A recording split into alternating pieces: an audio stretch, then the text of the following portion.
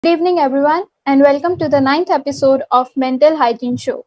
I am Vishali Thakur, your host for today, and the campaign ambassador of hashtag Mental Hygiene Monday, a campaign initiated by Mental Hygiene Monday and powered by the Artsy Cure. So today we will be talking on the topic is therapy for me with our honorable guest, Ms Prachi Vaish. She has been working in the field of mental health for over 15 years. She is a licensed clinical psychologist and a psychotherapist. She is also the founder of Emotional Wellness Initiatives, a venture that provides niche clinical and mental health services. She has also founded the India's first online psychotherapy website in 2009. So, welcome, ma'am. Thank you for joining, and it's pleasure to have you here. Thank you, Vaishali. It's a pleasure to be here. It's a lovely initiative that Artsy Cure is running, and I'm really excited to be a part of it. And a hi, big hello to all the viewers who are watching this today. That's great, ma'am. So, ma'am, I would like to start today's session by knowing your views on today's topic. Like, what comes to your mind when you first heard the topic is therapy for me? Okay. When I first heard it, I realized that this is probably a question that a whole lot of people who are looking for mental health services ask themselves, but this question never really comes to light because a lot of times people would just when they realize that they are having mental health problems, maybe they would just fumble through the whole process of finding the right help and going to different mental health professionals. But no one really stops to ask this question: Is therapy for me? Because actually speaking, therapy is not for everyone. That's there in certain cases, but most of the time it is for everyone. And before you get into therapy, it's very important to ask what are your reasons for getting into it. So that's what I thought, that this is probably the first question that comes to everyone's mind, but it never really gets verbalized. Yes, ma'am. Thank you so much for beautiful explanation. So, ma'am, as you said that before going to therapy, we should ask ourselves that why do we need this therapy or why we should go to professional help and seek professional help. So, ma'am, Mhm. I would like to know that the people who suffer from distress find it difficult to identify if they need therapy or not. So, how can people decide when to go for therapy? Right, that's a really good question. First of all, you can go to therapy at any time in your life. You don't have to be going through severe distress to go for therapy. That's one. Second thing is that some common signs which can tell you that maybe you require mental health help are if you're feeling stuck, if you're feeling overwhelmed in life and you feel like you can't, move forward, if something is hampering your growth in life and you can't figure out what it is, if you're losing sleep at night, if you're lying awake at night for 2 nights, 3 nights, 4 nights in a row and you can't really get to sleep because there's a loop of thoughts going on in your head. Uh, if you are finding yourself turning to things like alcohol, smoking, or even over the counter self medication to find sleep or to find relief, all these are signs where I think you should consider going for therapy, because probably there is something which is stuck and you're not able to figure it out, and therapy can help you with that. Yeah. Uh, Thank you so much. So, as ma'am said, if you are stuck somewhere in your life and you can't move forward, then you can seek professional help. Okay, so ma'am, as psychology student and psychology professional, we usually see that a lot of people have this misconception that only people suffering from mental illness need therapy. So, what would you Mhm. say to them? Again, a good question. I always ask people this, that when someone starts going for morning walks and they tell you that oh, I'm starting to go for morning walks, everybody tells them, wow, that's a great action, and then you're going to feel really good about it. Nobody asks them, oh, but you're not overweight, why are you going for walks? Oh, but there's nothing wrong with your leg, why are you starting to go for your walk, right? It's the same case with therapy, that if you're starting starting therapy, it can be for anything at all. You don't have to be severely mentally ill. You don't have to be reaching a stage where that's the last option. You can go to therapy and you can, um, absolutely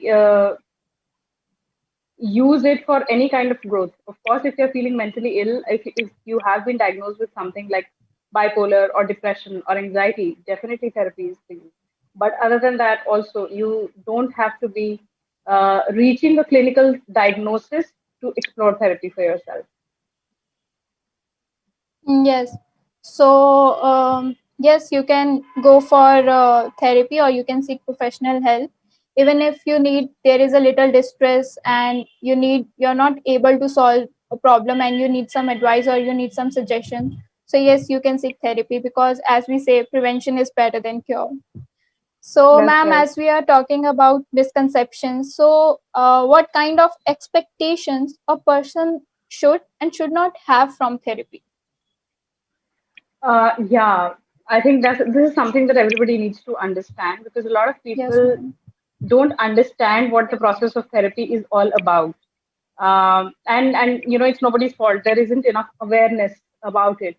We have a whole lot of awareness now about mental illnesses, and everybody talks about what a mental illness is, but nobody really talks about the process of healing from it. So it's very important to understand what therapy is and what it isn't. First of all, therapy is a process. It's not a procedure. This is something I always tell my clients that you can't expect to get better overnight. It's not that you go to someone, you talk about it, and then they will probably give you some magical mantras for life, and then suddenly you're going to feel better. That's not going to happen. Also, there's a little difference between therapy and counseling also. Counseling Mhm. is a process where the professional will give you certain advice, and counseling is required for life situations which are a little less severe. For example, maybe some adjustments to a new place, or like a new position, or a life transformation that your transition that you're going through there. And if you require some concrete advice on how to go ahead, there counseling helps you more. Therapy is about self exploration and self understanding. Therapy also gives you solutions, but it does it in a way that the solutions come from you. Because the therapist's first goal is to make you self dependent. If I, as a Mhm. therapist, I am, making you dependent on me for solutions and advice, then I'm just taking you out of one problem and giving you another one. Because what happens if I'm not there tomorrow, right? Yes. The goal of a therapist is to make you lion, to be able to give you that insight that you can make life choices, healthy life choices, right? So I'll give you certain points of what to expect and what not to expect. What you should Yes, ma'am. expect Sure. is to feel understood when you go to a therapist. You should feel understood. You should feel heard. You should not feel judged. You should feel comfortable. You also can expect to put in work and effort into the therapy process. That is something that will be expected of you. And you can also expect to remove your mental roadblocks at some point so that you can heal. What you should not expect from therapy: one, you should not expect an overnight resolution, like I was saying. Uh, it might sometimes it happens that when people go to therapy and because they've been holding inside so much for so long that after they went out in the first couple of sessions, they feel better. They think that now I'm all good. But this is something which is known as an illusion of health. It is just Yes, that ma'am. you've managed to now vent out everything. It doesn't mean that you've gotten better. So you are definitely not overnight getting better. It's going to be like I said, it's a process and not a procedure. So don't expect to get better overnight. You should not expect judgmental or moral statements from your therapist. A therapist is not supposed to make those. A therapist is not supposed to tell you that, okay, this was good, this was bad, this is something you should not have done. Why did you not do this? These kind of statements are not to be expected in a therapeutic setting. And if they are being given to you, then maybe you need to look for another person. Because a therapist might ask you questions like, okay, so when you did this at that point of time, what were you thinking? Or what was your motivation for doing something like that? And what do you think about the choice that you made? So a therapist will basically encourage you to turn your own wheels rather than telling you in a judgmental way that this is what you should have done. That's not something that you expect from a therapy session. You should not expect clear choices and advice from your therapist. A therapist will not make choices for you. They will teach you how to make your own healthy choices, which are best for you, are made for you. Because what may work for you may not work for another person. And finally, you should not expect false reassurances. If you've done something that makes you feel bad inside, it's not a therapist's job to tell you, oh, it's okay, it's going to be fine. you know uh, uh, yes, that feels nice to hear, but that you can hear from your friends and family also. A therapist's job will be to Yes, tell ma'am. you or to get Yes, you to ma'am. Yes, see ma'am. So, what were your reasons for making those choices. Yeah. yeah. So thank you so much, ma'am. That was really very helpful information that what a person should expect and what a person should not expect from a therapy. And you also help to clarify between counseling and therapy because a lot of people have confusion between these two terms and process. So thank you so much. So moving forward, so why do you think it is necessary to seek professional help and not always, rely on family or friends? Right. A lot of times there's a misconception that therapy is a process of just talking. A lot of people feel that why should I go to a professional or why should I pay someone to just talk it out? Or why should I talk to a stranger when I can talk to my best friend or I can talk to my parent or I can talk to my partner? There's a huge difference in talking to a professional and talking to your family and friends. What are the reasons why your friends and family cannot help you beyond a point? If you're just looking to vent, you can turn to them. But if you're really looking for growth, if you're really looking to heal, then a professional is the best choice to go to. Why? One, uh, most likely your friends, family, partners, they will yes, they will subconsciously pick one or the other side in whatever you are telling them. That maybe your side or someone else's side. So you don't get an objective opinion. Second, they are not trained. When I say trained, a mental health professional, a therapist, at least has about 10 years of studying, training, experience behind them. It doesn't come with just knowing good communication skills. There's a whole lot of training that we go to understand different perspectives, to keep ourselves objective, to be able to put you or to help contain that whole overwhelming emotion that you're feeling. So we go through a whole lot of training, which obviously your friends and family do not have. Even if your friend and family, somebody is a mental health professional, it's not a good idea to go to them because it's not ethically right. They are not supposed to help someone they know socially.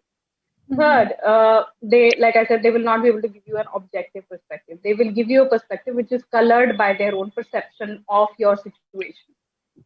They may be judgmental. They might tell you that, oh, why did you end up doing not something you should have done? When that happens, you will end up feeling worse about yourself. So that's not a good idea. Another reason is that they may themselves be drained out. What if you're relying on your best friend, but your best friend is also going through something really traumatic in life and they don't have the bandwidth or the headspace to listen to you? Then they will not be able to help you.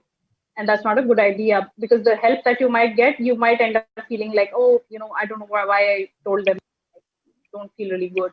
And finally, there are so many things that you will not be comfortable telling your friends or family. You always tend to filter out the things that you feel that are too scandalous, maybe, or you feel that I might be called out for this. Why am I thinking like this? So you always filter out. With a therapist, you never need to filter out anything.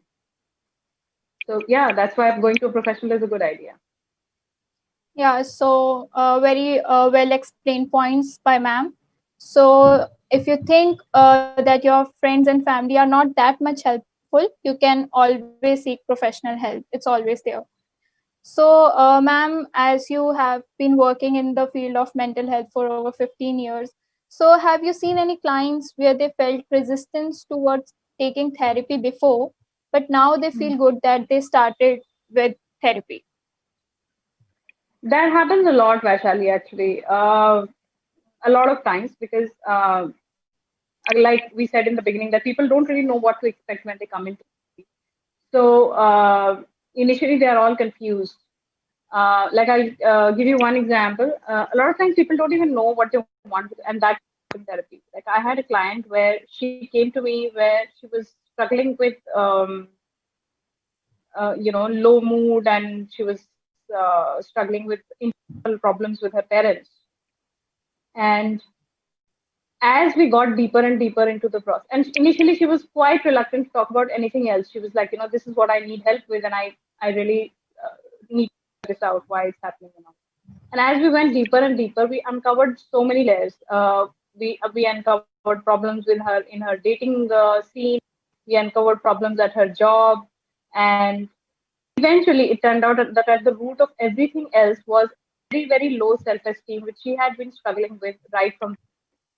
And from there, the work started where we started working on the self-esteem, where we started working on self-compassion.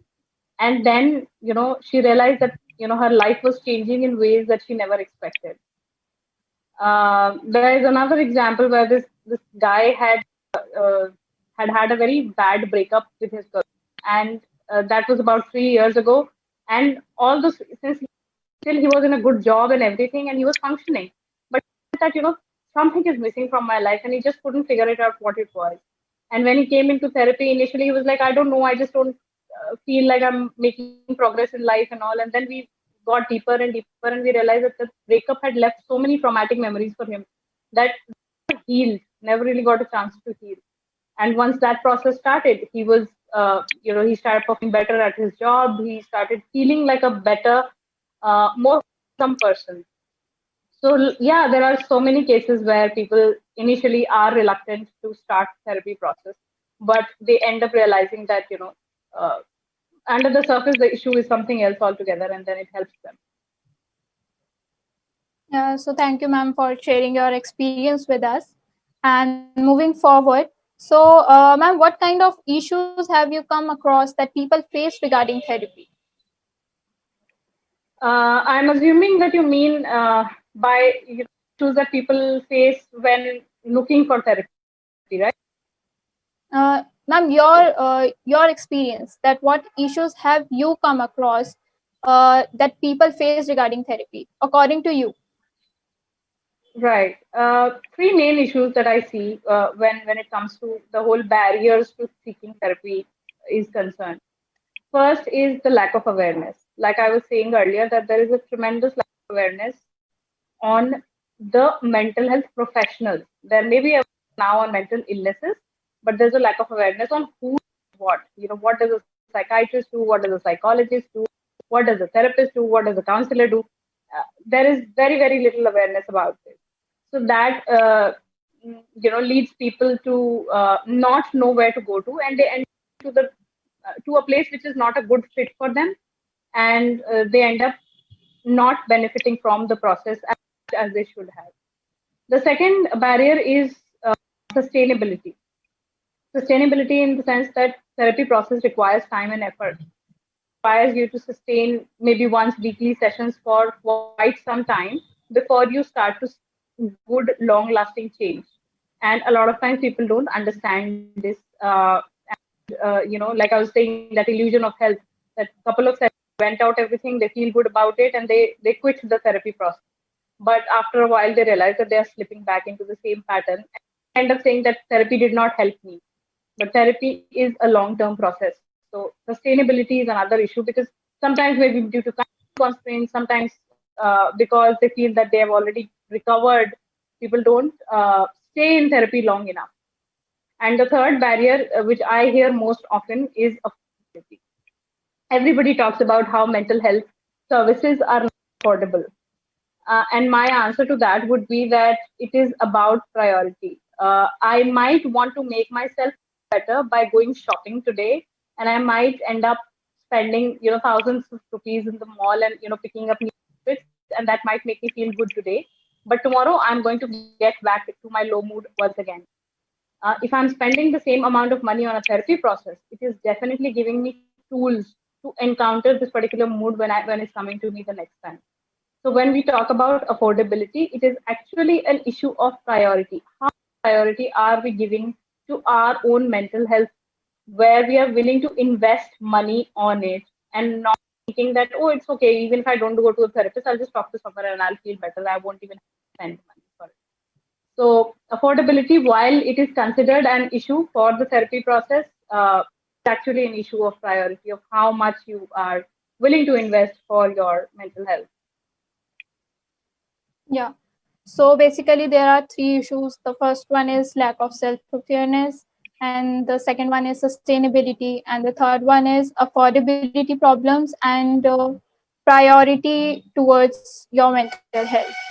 So, ma'am, That's right. moving forward to our last questions. Although conversations about mental health and therapy seeking behavior have risen in the past few months, what are the other Mhm. limitations that people face when it comes to seeking professional help? Um, like I said earlier, they are basically these same limitations. But the major, most I would say the most prominent issue is this lack of awareness. You know, even when celebrities are talking about mental illnesses, let's say, when they are talking that I had depression and I battled it, they are only talking about that part. They are not talking about what they did to heal from it, which professional did they go to. If at all they're talking about the healing process, they are talking about how I battled it and how, with my determination, I overcame it. But when it is a mental illness that you're struggling with, or even when it is an issue that you're struggling with, sometimes determination is not enough. Determination anybody has. If you're stuck somewhere, you will want to move, but it's not enough sometimes. You need to get a perspective on things. And going over the same things over and over again in your own head is just going to, make you go around in circles and not really get you anywhere. And the same thing might happen when you talk to a colleague or a friend. uh, Getting a professional opinion on it is going to give you a perspective that you might not have thought before, and then it helps you really grow from within. So the limitation is this, that you getting to understand the importance of the therapy process, because no matter how much we are talking about mental illness, we are not really talking about the actual process to heal from. Another limitation is when we say healing, people when they are seeking this, they know that they are looking for healing. There are a whole lot of professionals who use this title of a healer. So, a lot of times people get misguided and they will go to this person. This person may be very good at their job, but they may not be the right fit for you if you're looking at personal growth. And that serves to be another limitation. And then you end up thinking, this didn't help me. So, what's the point? Why should I go to another therapist again? Yeah. So thank you, ma'am, for such a beautiful explanation. So basically, therapy is for anyone looking to heal, feeling burnout or lost, have issues in relationships, and have they want to have better communication skills, and they want to learn Hmm. some new coping skills to make life a little more manageable. That's So right. thank you so much, ma'am, for joining us and sharing your views and experiences. It was such a beautiful and insightful session. Can I just say something else? Yeah, sure, Um, ma'am. I just want to add, when I was saying that, therapy is for everyone. Initially, when Vaishali asked me the question that, you do you really have a mental illness when you want to do this? I just want to tell you that, you can get better at any point in life. Even if you don't have problems right now, you can be a better version of yourself. And that's what psychotherapy does. It makes you become the best version of you. For example, I'm primarily a couples therapist and I help couples even when they're not going through problems. I have this thing called a couples enrichment program where, they learn how to make this even better. So you may be okay right now. You may have a stable marriage and everything, But can you not be better? You can at any point live a better life for yourself and be the best version of you. Therapy is all about that. So when you next time Yes, ma'am. asking yourself that is therapy for me, just ask yourself that am I the best version of myself right now, or is there more scope? If you get the answer that there is more scope, why not explore therapy? Yes, ma'am. So, as ma'am said, therapy is for anyone who is wanting to get better, for creating a better version of yourself. So, thank you so much, ma'am, for such an insightful session.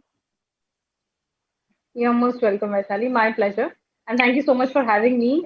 Thanks to the Artsy Cure, and keep doing what you're doing. This is an amazing initiative. More power to you. Thank you, ma'am.